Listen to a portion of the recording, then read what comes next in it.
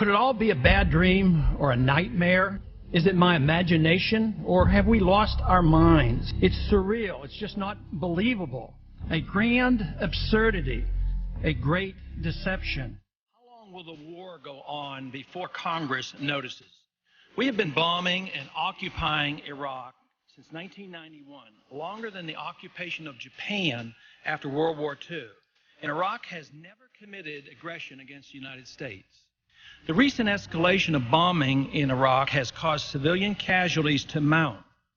The Clinton administration claims UN Resolution 687, passed in 1991, gives him the legal authority to continue this war. We have perpetuated hostilities and sanctions for more than 8 years on a country that has never threatened our security, and the legal justification comes from not the U.S. Congress, as the Constitution demands, but from a clearly unconstitutional authority, the United Nations. Control of overall policy is really in the hands of a very small number of people who control all the administrations, all the appointments to cabinets, and certainly all the appointments to the Federal Reserve. I think the big bankers never lose. I don't think David Rockefeller is going to lose. I don't think he's going to be out pushing pencils anytime soon. But a lot of bankers at the state level are losing. But the big banking power structure seems to have control because they're on the inside and they have control of money and they know what policy is going to be. Can you specify this structure, you're talking about this power structure? Well, the power structure basically is made up of a lot of very powerful business and corporate leaders in the country. And in particular, they have formed their organizations. They've been around for a good while, and they don't even hide it anymore. You know, the Trilateral Commission as well as the Council of Foreign Relations. No matter which president, which party is in power, they will appoint to the major offices members of these two committees, and they always have control of the Federal Reserve System. So the Wall Streeters, the big bankers, have inside information as far as what is happening and what's going on. And control over money is pretty significant, because if you can control money, you're really controlling 1/2 of every single transaction. So that is a tremendous amount of power. But it doesn't look like we're going to have any independence. They say the Federal Reserve is independent, but that's a bunch of nonsense. The protection that the founders gave us to try to keep us from this happening never authorized a central bank, and they were very strict in the writing of the Constitution to limit the power of Congress to the minting of gold coins, to allowing only gold and silver to be legal tender, and prohibiting the printing of paper money. All those things we have failed to follow. That's why we have a central bank with a paper money system and a lot of inflation, high interest rates, and a very, very shaky economy. So I would say that if we would have followed the advice of the Founding Fathers and not allowed this power structure, this group of elitist bankers and industrialists, to get control not only of the banking system and the monetary system, but really our foreign policy and our government. I wrote a little speech and gave a speech right before I left Congress, and I said I don't think the members of Congress really know how little effect they have in controlling things. Really, and that means that the Congress itself doesn't have much control. The people doesn't have much they don't have much to say about it either.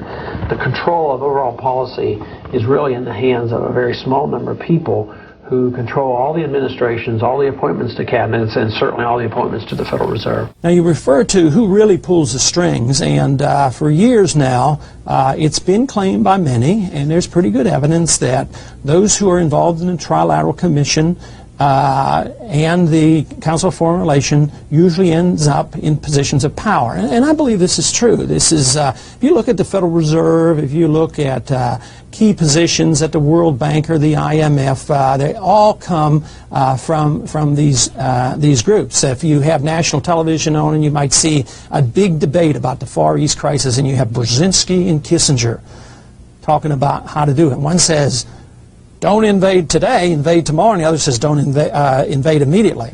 And that's the only difference you find among the Rockefeller trilateralists. But I think this is an important point here, because I think money is involved here, power is involved, and oil is involved.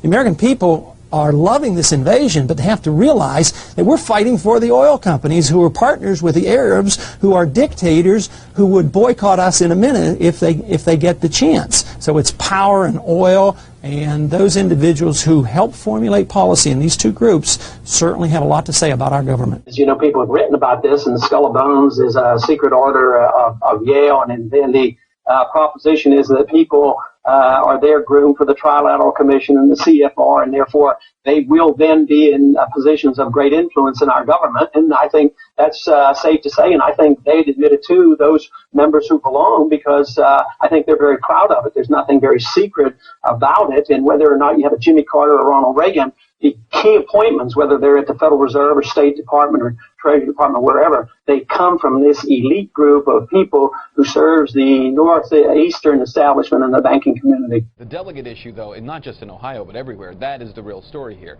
Whether or not we're talking about Iowa, we're talking about Nevada, we're talking about Maine, the issue of delegates is one that a lot of folks may not realize is really at play here. It's really right now, from what we can tell, a race between Romney and Paul right now for the lead in terms of delegates. Santorum much further behind than would indicate, considering the number of wins that he's had. You know, you talk nationally, Gene, about how much... We're counting votes right here. This is Dan and Jamie. They're the volunteers. Dan, how's it going? What are you doing right now? Well, we're trying to make sure all our ballots match the number of registrants. And Jamie, tell us so far, what are your results so far? Well, we are actually the district at large, so a lot of the folks that have come in from around the state are supporting Ron Paul because he was here this evening, so the majority of our votes. How many votes do you have for Ron Paul right now? Well, it looks like about 60. And how many do you have for Romney? 9. And Rick Santorum? 19. Any votes for Newt Gingrich so far? He just got on the board. Just one vote for Newt Gingrich. So, Wolf, there you have it. It's been a big turnout here for Ron Paul. Definitely a lot of his supporters here. Ron Paul himself spoke here, and that was a big attraction for people to come out, see the man, and do their voting. Wolf?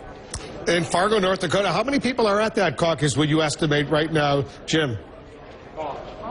Well, they just finished voting. I think about 2,000, maybe 2,500 people. They passed out 4,000 ballots amongst all the different districts here, 10 districts plus an at-large thing, and definitely about 2/3 of those are gone. So 2,000, 2,500 people maybe. Big turnout here for them tonight. They're very happy with it. The Ron Paul people are cautiously optimistic, but they think it's going to be a big night for them here. They put a lot of time getting their man on the ground here, and there have been no negative advertising, no television advertising, so they feel like that groundwork is going to pay off for them tonight, they hope. Well, he's looking forward to his first win. Let's see if it happens in North Dakota.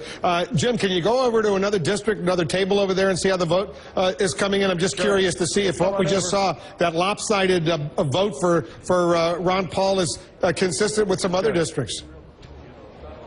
how are you guys doing here in District 27? Do you have any numbers yet? Nope, not yet. Okay, they're still counting here in District 27. District 22, do you guys have any numbers yet in District 22?